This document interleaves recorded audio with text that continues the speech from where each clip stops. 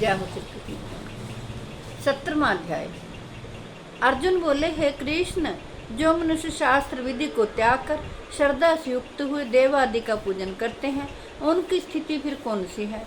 सात्विकी है अथवा राजसी व तामसी? श्री कृष्ण भगवान बोले, मनुष्यों की यह शास्त्रीय संस्कारों से रहित केवल स्वभाव से उत्पन्न श्रद्धा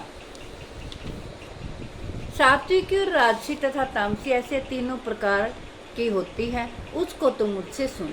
श्री कृष्ण भगवान कहते हैं, हे भारत, सभी मनुष्यों की श्रद्धा उनके अंतःकरण के अनुरूप होती है। यह पुरुष श्रद्धामय है, इसलिए जो पुरुष जैसी श्रद्धा वाला है वह स्वयं भी वही है। श्री कृष्ण भगवान कहते हैं, सात्विक पुरुष देवों को पूजते हैं, राजस पुरुष यक्ष तथा राक्षसों को तथा अन्य जो तामस मनुष्य हैं वे प्रेत और भूतगणों को पूजते हैं। जो मनुष्य शास्त्र विधि से रहित केवल मनः कल्पित घोर तप को तपते हैं तथा दंभ और अहंकार से युक्त तथा कामना आसक्ति और बल के अभिमान से भी युक्त हैं, जो शरीर रूप से स्थित भूत समुदाय को और अंतःकरण में स्थित मुझ परमात्मा को भी कृष्ण करने वाले हैं, उन अज्ञानियों को तू आसुर स्वभाव वाले जान। श्री कृष्ण भगवान कहते हैं, भोजन भी सबको अपनी अपनी प्रकृति के अनुसार 3 प्रकार का प्रिय है, और वैसे ही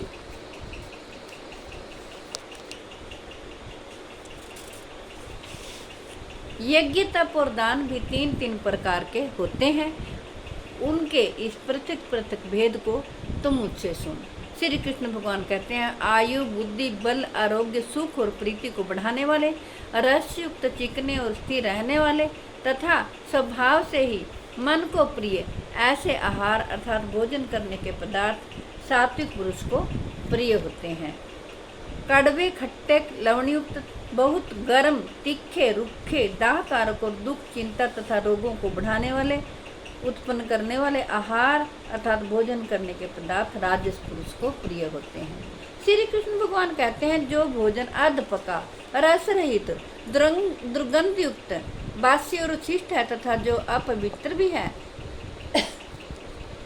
जय हो श्री कृष्ण भगवान, वह भोजन तामस पुरुष को प्रिय होता है। जो शास्त्र विधि से नियत यज्ञ करना ही कर्तव्य है, इस प्रकार मन को समाधान करके फल न चाहने वाले पुरुषों द्वारा किया जाता है, वह सात्विक है। परंतु हे अर्जुन, केवल दंभाचरण के लिए अथवा फल को भी दृष्टि में रखकर जो यज्ञ किया जाता है, वह यज्ञ तो राजस जान। श्री कृष्ण भगवान कहते हैं, शास्त्र विधि से हीन, अन्नदान से रहित, बिना मंत्रों के, बिना दक्षिणा के और बिना श्रद्धा के किए जाने वाले यज्ञ को तामस यज्ञ कहते हैं। देवता, ब्राह्मण, गुरु और ज्ञानी जनों का पूजन, पवित्रता, सरलता, ब्रह्मचर्य और अहिंसा यह शरीर संबंधी तप कहा जाता है। जो उद्वेग न करने वाला, प्रिय और हितकारक एवं यथार्थ भाषण है तथा जो वेद शास्त्रों के पठन का एवं परमेश्वर के नाम का जप अभ्यास है, वही वाणी संबंधी तप कहा जाता है। मन की प्रसन्नता, शांत भाव, भगवत चिंतन करने का स्वभाव, मन का निग्रह और अंतःकरण के भावों की भली भांति पवित्रता, इस प्रकार मन संबंधी तप कहा जाता है। फल को ना चाहने वाले योगी पुरुषों द्वारा परम श्रद्धा से किए हुए उस पूर्वक 3 प्रकार के तप को सात्विक तप कहते हैं। जो तप सत्कार, मान और पूजा के लिए तथा अन्य किसी स्वार्थ के लिए भी स्वभाव से या पाखंड से किया जाता है, वह अनिश्चित एवं क्षणिक फल वाला तप यहाँ राजस कहा गया है। श्री कृष्ण भगवान कहते हैं, जो तप मूढ़तापूर्वक हठ से मन, वाणी और शरीर की पीड़ा के सहित अथवा दूसरे का अनिष्ट करने के लिए किया जाता है, वह तप तामस कहा गया है। दान देना ही कर्तव्य है, ऐसे भाव से जो दान देश तथा काल और पत्र के प्राप्त होने पर उपकार न करने वाले के प्रति दिया जाता है, वह दान सात्विक कहा गया है। श्री कृष्ण भगवान कहते हैं, किंतु जो दान क्लेश पूर्वक तथा प्रत्युपकार के, जय हो श्री कृष्ण, प्रयोजन से अथवा फल को दृष्टि में रखकर फिर दिया जाता है, वह दान राजस कहा जाता है। श्री कृष्ण भगवान कहते हैं, जो दान बिना सत्कार के अथवा तिरस्कार पूर्वक अयोग्य देश काल में और कुपात्र के प्रति दिया जाता है, वह दान तामस कहा गया है। ओम तत्सत, ऐसे वह 3 प्रकार का सच्चिदानंद घन ब्रह्म का नाम है। उसी से सृष्टि के आदिकाल में ब्राह्मण, वेद और यज्ञ आदि रचे गए हैं। श्री कृष्ण भगवान कहते हैं, इसलिए वेद मंत्रों का उच्चारण करने वाले श्रेष्ठ पुरुषों की शास्त्र विधि से नियत यज्ञ, दान और तप रूप क्रियाएं सदा ओम इस परमात्मा के नाम को उच्चारण करके ही आरंभ होती हैं। तत् अर्थात तत् नाम से कहे जाने वाले श्री कृष्ण भगवान कहते हैं, परमात्मा का ही यह सब कुछ है। इस भाव से फल को ना चाहकर नाना प्रकार की यज्ञ, तप रूप क्रियाएं तथा दान रूप क्रियाएं कल्याण की इच्छा वाले पुरुषों द्वारा की जाती हैं। सत्य, इस प्रकार यह परमात्मा का नाम सत्य भाव में और श्रेष्ठ भाव में प्रयोग किया जाता है तथा हे पार्थ, उत्तम कर्म में भी सत्य शब्द का प्रयोग किया जाता है। प्रभु कहते हैं, तथा यज्ञ, तप और दान में जो स्थिति है वह भी सत्य इस प्रकार कही जाती है। और इस परमात्मा के लिए किया हुआ, उस परमात्मा के लिए किया हुआ कर्म निश्चय पूर्वक सत्य ऐसे कहा जाता है। श्री कृष्ण भगवान कहते हैं, अर्जुन, बिना श्रद्धा के किया हुआ हवन, दिया हुआ दान एवं तपा हुआ तप और जो कुछ भी किया हुआ शुभ कर्म है, वह समस्त असत्य इस प्रकार कहा जाता है। इसलिए वह ना तो इस लोक में लाभदायक है और न मरने के बाद भी लाभदायक है। जय हो श्री कृष्ण। हे कृष्ण गोविंद हरे मुरारी, हे नाथ नारायण वासुदेव, हे कृष्ण गोविंद हरे मुरारी, हे नाथ नारायण वासुदेव, हे कृष्ण गोविंद हरे मुरारी, हे नाथ नारायण वासुदेव, हे कृष्ण गोविंद हरे मुरारी, हे नाथ नारायण वासुदेव। जय हो श्री कृष्ण। जब तक मेरे तन में प्राण है तब तक मैं आप तक भगवत गीता की का पाठ पहुंचाते रहूँगी। आप प्रेम पूर्वक सुनिए, आप अपने बच्चों को भी प्रेरित कीजिए, वो भगवान श्री कृष्ण जी के कहे हुए मुखार विंद से भगवत गीता जी का पाठ सुने और विश्व के कल्याण के लिए, जगत के कल्याण के लिए मैंने ये भगवत गीता जी का पाठ आपको पढ़कर सुनाया है। मैं प्रभु से यही प्रार्थना करती हूँ, हे भगवान, विश्व में शांति देना और सदा हमारे बच्चों की रक्षा करना। जय हो श्री कृष्ण। ये देखिए, जब भी मैं पाठ करती हूँ तो ये बेचारे कुत्ते आ जाते हैं और ये अपनी उपस्थिति दर्ज कराते हैं। अभी मैं इनको बिस्कुट डाल के आई हूँ और अभी दूध डाल के आई हूँ, पर लेकिन फिर भी ये नंदी भी आया है, गऊ भी आई है। गऊ का मैंने गुड़ डाला था, अभी मैं और गुड़ डाल दूँगी उसको।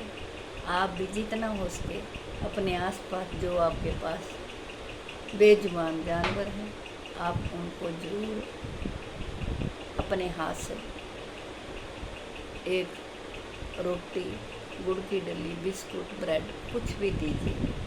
वो आपके पास आते हैं और आपके कष्ट हरते हैं। ये जो कुत्ता होता है ना, कुत्ता, ये भी आपके कष्ट हरता है। ये अगर आप इनको अपने हाथ से दूध, बिस्कुट डालेंगे तो आपकी बीमारियों को ये हरेंगे, आपके कष्टों को हरेंगे। ये मेरा अनुभव है, निजी अनुभव है। मैं आपसे यही प्रार्थना करती हूँ कि अपने आसपास कोई ज़रूरतमंद हो, उनकी सहायता कीजिए।